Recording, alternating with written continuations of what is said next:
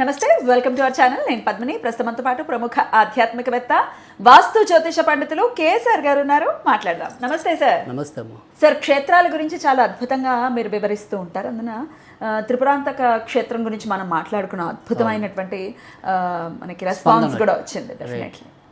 అయితే ఏ ఏ క్షేత్రాలకు వెళ్తే ఎటువంటి ఫలితం ఉంటుందనేది బోల్డ్ అంత నాలెడ్జ్ ఉంది మీకు. దీని రిలేటెడే అడగాలి అనుకుంటున్నాను సార్. ఒక సిరీస్ లాగా చేద్దాం సార్ డెఫినెట్గా. అయితే అమ్మవారికి సంబంధించిన క్షేత్రాలు కానీ, లేకపోతే స్వామివారికి సంబంధించిన క్షేత్రాలు కానీ, పర్టికులర్గా ఈ సమస్యల్ని మనం ఆ సమస్యల నుంచి బయటపడాలి అంటే ఏ క్షేత్రాలకి వెళ్ళాలి అనేది చెప్పండి సార్. ప్రత్యేకంగా ఈరోజు అడగాలనుకున్న ప్రశ్న ఏమిటంటే, సంతానలేమితో బాధపడుతున్న వాళ్ళు ఉంటుంటారు. సంతానం కలగట్లేదండి, నాకు డిలే అవుతుంది. వాళ్ళ యాదృచ్ఛికంగా ఒకరు నాకు కాల్ చేశారు పొద్దున్నే. నాకు వివాహం అయిందండి, సంతానం లేని కారణం చేత డివోర్స్ అయింది. రెండవ వివాహం కూడా చేసుకున్నాను, కానీ ఇంకా లేట్ అవుతుంది. PCOS ఉంది నాకు. సో నాకు చాలా బాధగా ఉంది, భరించలేకపోతున్నాను. ఇప్పుడు ఈ వివాహమైనా నిలుస్తుందా నిలవదా అని చెప్పి కంగారుగా ఉందని చెప్పి ఆవిడ అనటం చాలా బాధ అనిపించింది సార్. ఇట్లా చాలామంది సఫర్ అవుతూ ఉన్నారు. ఏళ్ల తరబడి సంతానం కలగట్లేదు.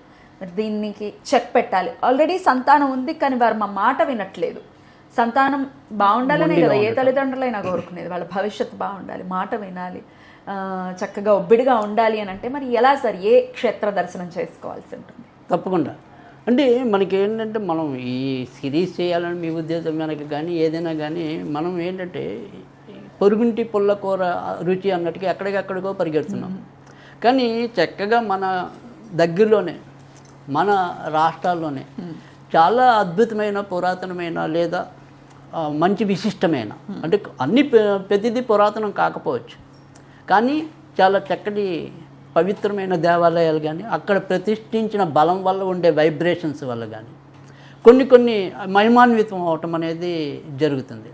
ఉదాహరణకి మనం చెప్పాలి అంటే కనుక విశాఖపట్నం కనక మహాలక్ష్మి గుడి కానీ, అక్కడే మరి మన సంపత్ వినాయకుడి గుడి కానీ, ఈ రెండు చాలా దర్శిస్తే ఏంటి సార్ ఫలితం విశాఖపట్నం? ఖచ్చితంగా. అంటే ఇప్పుడు కనకమహాలక్ష్మి గుడి దర్శించిన వాళ్ళు ఏదైనా ఏ కోరికతో వెళ్ళినా కానీ ఖచ్చితంగా ఆ కోరిక తీరటం అనేది చెప్తాను. అంటే మీకు ఒక చిన్న ఉదాహరణ, మీరు నమ్మినా నమ్మకపోయినా నమ్ముతాను సార్. అసలు చెప్తాను అందులో మీ మాట. ఇటీవల మా అమ్మాయి, రెండో అమ్మాయి, కనక మహాలక్ష్మి గుడికి, అంటే మేము కొన్నాళ్ళు వైజాగ్లో ఉన్న విషయం మీకు తెలిసిందే. ఆ వైజాగ్లో ఉన్నప్పుడు వీళ్ళు మధ్యలో కనక మహాలక్ష్మి గుడికి వెళ్ళినప్పుడు అక్కడ ఉండే ఆడవాళ్ళు ఎవరైతే ఉంటారో వీళ్ళకి ఎప్పుడు గాజులు ఇస్తూ ఉండేవాళ్ళు తెలియకుండా. ఇది మనసులో అనుకుంది ఆ రోజు వెళ్ళిన రోజు, మొన్న మధ్యన ఒక నల్లాల కిందట వెళ్ళినప్పుడు మనసులో, ఈ వరకు మేము ఎప్పుడు వచ్చినా కానీ ఇక్కడ ఎవరో ఒకళ్ళు మనకి గాజులు ఇచ్చే వాళ్ళ చేతికి, ఇప్పుడు ఎవరు కనపట్టలేదు అనుకుంటే ఉన్నట్టుండి ఒక ముత్తైదు వచ్చి గాజులు ఇచ్చాను. అసలు అది దాని ఆశ్చర్యానికి అవధులు. సో వెంటనే అసలు ఏదో మనసు అది వెళ్ళి ఆవిడ విన్నట్టుగా. సో అందుకని వైజాగ్లో వాళ్ళు అసలు బాగా ఏమంటాం, విపరీతంగా ఆవిడ కోసం ప్రాణాలు అర్పించే అంత భక్తిగా ఉంటారు. సో కనకమహాలక్ష్మి అంటే అందుకని చాలా షాపుల చోట మీకు కనకమహాలక్ష్మి పేరుతోనే బోర్డులు ఉంటుంటాయి, పలానా షాప్ అని. అంత అలాంటి నేను అనేది అదేంటి, మన చక్కటి శక్తివంతమైన దేవాలయాలు మన కన్సర్న్లోనే ఉన్నాయి, కానీ మనం ఎక్కడెక్కడో అన్వేషిస్తున్నాం. సో బోలంత కష్టపడుతున్నాం, బోలంత వ్యయప్రయాసాలకు లోనవుతున్నాం. అంత అవసరం లేదు అంట నేను అనేది. సో మన దగ్గర ఉన్న వాటిని మనం చక్కగా పవిత్రంగా చూసుకుందాం. ఇవి కూడా బోలంత ఫలితాలు ఇవ్వటం అనేది ఉంటుంది. ఇలా మీకు ఇవాళ ఏదైతే మీరు సంతానం కోసం అడిగింది ఏదైతే ఉందో, ఇది తెనాలి దగ్గర వేమూరు, ఆ వేమూరులో ఈ భువనేశ్వరి దేవి గుడి అనేది ఉంటుంది. ఇది ఇంచుమించుగా తెనాలికి 14 కిలోమీటర్ల దూరంలో ఉంటుంది. అయితే ఇది ఇంచుమించుగా 1937లో నిర్మించడం అనేది జరిగింది. అయితే దీనికి కనుక పూర్వకథను కనుక చూసినట్టయితే, వీళ్ళ ఎవరైతే దీన్ని నిర్మించిన ఆయన పేరు చివుకుల వెంకటరమణ శాస్త్రి లేదా శర్మ అనుకోండి. ఆయన నిర్మించారు. ఎందుకు నిర్మించారు అంటే కనుక, అప్పటిదాకా వీళ్ళ ఇంట్లో మగపిల్లలు పుడుతున్నారు. ఒకరోజు ఆయన కళలో కనపడి ఇలా గుడి నిర్మించు, నేను అవతరిస్తానని చెప్పి, ఇంకా అప్పటి నుంచి మగపిల్లలు వీళ్ళకి వృద్ధిలోకి రావటం అనేది జరిగింది. అప్పటి నుంచి ఎవరైనా సరే సంతానం కోసం ఇబ్బంది పడుతున్నా, సంతానం వాళ్ళు సరిగ్గా ఇదవ్వకపోయినా, అయితే ఈయనేమి చివుకుల ఇప్పుడు మనం చెప్పిన పేరు అయితే ఉందో వెంకటరమణ గారని ఆయన వేదాంగ పారంగతుడు, కాశీ విద్యాపీఠంలో అభ్యసించిన వాళ్ళు. కనీసం 2-3 వేల గ్రంథాలు రచించారు. అవన్నీ అందుబాటులో లేకుండా ఎటుపోయాయో తెలియదు. సో వేదాలన్నిటికీ అర్థాలు రచించిన ఆయన. సో ఆయన దైవజ్ఞ సార్వభౌమ అని అలా రకరకాలుగా పిలవటం అనేది కూడా జరిగింది. సో అలాంటి ఆయన నిర్మించారు 1937లో ఇంచుమించుగా. అక్కడి నుంచి ఇప్పుడు మళ్ళీ 2008లో బాగా శిథిలమైతే మళ్ళీ పునర్నిర్మించడం అనేది జరిగింది. సరే, ఇప్పుడు ప్రస్తుతం అయితే కనుక దానికి సీతారామాంజనేయ శర్మ అని ఎవరో పారపర్య ధర్మకర్తగా ఉండటం అనేది జరిగింది. అయితే ఇక్కడ మీకు ఆ యొక్క భువనేశ్వరి సమేత కామేశ్వర ఆలయం. సో మనకి ఈ పేరుతో తక్కువ ఉంటుంది. భువనేశ్వరి అనేది వింటూ ఉంటాం, కానీ అక్కడ ఎదురుకుంటే అమ్మవారు ఇక్కడ ఉంటారు, అమ్మవారు ఎదురుకుంటే ఇక్కడ శివుడు అంటే లింగం ఉంటుంది, మళ్ళీ ఇక్కడ ఉంటారు, శివుడు కింద ఉంటుంది. భలే బాగుంటుంది. తర్వాత రెండోది వచ్చేప్పటికి ఏంటంటే అన్నీ ఇదేం పెద్ద గుడి కాదు, నిజంగా చెప్పాలంటే చాలా పెద్ద గుడి ఏం కాదు, కానీ మహిమాన్వితమైన గుడి అంతవరకే. అయితే ఈ పక్కన మనకి ఇదే లోపల మళ్ళీ సూర్యుడు, సుబ్రహ్మణ్యుడు, గణేశుడు, పంచాయతనం ఇంచుమించుగా కనిపిస్తుంది అమ్మవారు. సో అలాంటి మహిమాన్వితమైనది. తర్వాత మీకు ఏంటంటే ఈ గుడి అనేది కేవలం మనం 2 రకాలుగా, అంటే ఇలా చక్కగా భక్తి శ్రద్ధలతో వెళ్ళటే వాళ్ళ యొక్క కోరికలు మనోరథాలు తీరుతాయి అనేది ఒకటి. తర్వాత రెండోది వచ్చేప్పటికి ఏంటంటే మానసిక ఉల్లాసం కోసం కూడా మనం అప్పుడప్పుడు ఈ పుణ్యక్షేత్రాలు ఎటువంటి కాంక్ష లేకుండా కూడా తిరుగుతూ ఉంటాం మనం. అలాంటి తిరగడానికి కూడా చక్కటి పచ్చని ప్రకృతి. ఎక్కడ సార్ ఎగ్జాక్ట్గా వేమూరు అంటే వేమూరు అంటే ఇప్పుడు మనకి హైదరాబాద్ నుంచి అయితే కనుక డెల్టా ఎక్స్ప్రెస్ అని ఉంటుంది. సో కరెక్ట్గా ఇంచుమించు రాత్రి ఎక్కితే 10:30-11 అనుకుంటారు సుమారుగా, తెల్లారి 5-5:30 కల్లా అక్కడ ఉంటాం డైరెక్ట్గా. కానీ నేననేది ఏంటంటే ఏ డిస్ట్రిక్ట్ కిందకు వస్తుంది అని, ఇది ఆంధ్రాని తెనాలి అన్నారు కదా, తెనాలికి 14 కిలోమీటర్లతో. Okay got it sir.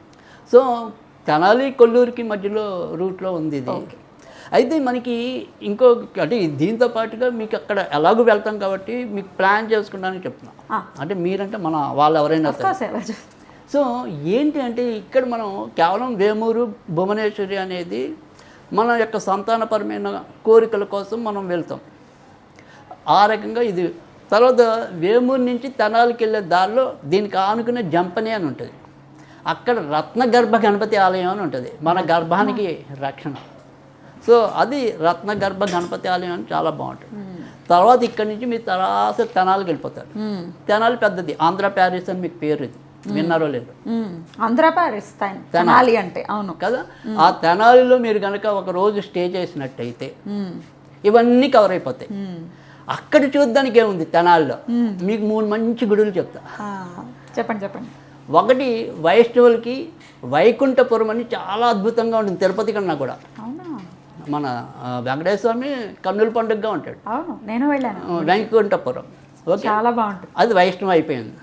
అక్కడే తెనాలిలో పరశురాముడు ప్రతిష్ఠించిన శివాలయం ఉంది, సాక్షాత్ పరశురాముడు.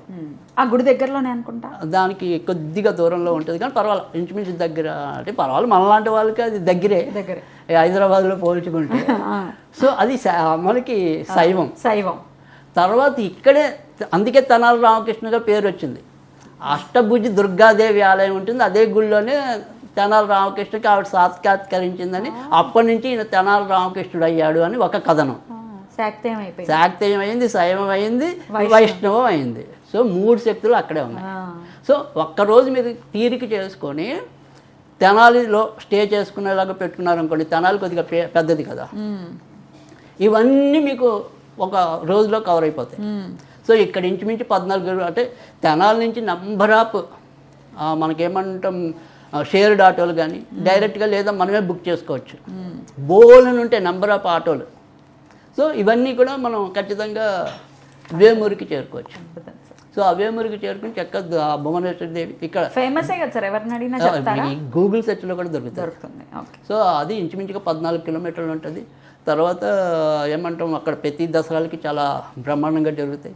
తర్వాత ఇప్పుడు కూడా ఎలాగో మనకి ఇవన్నీ కూడా అమ్మవారికి పూజలకి వాటన్నిటికీ కూడా ఇప్పుడు అనుకూలమైన రోజులు నడుస్తున్నాయి కాబట్టి సో ఖచ్చితంగా భువనేశ్వరి మాతని మనం చూసుకోవచ్చు.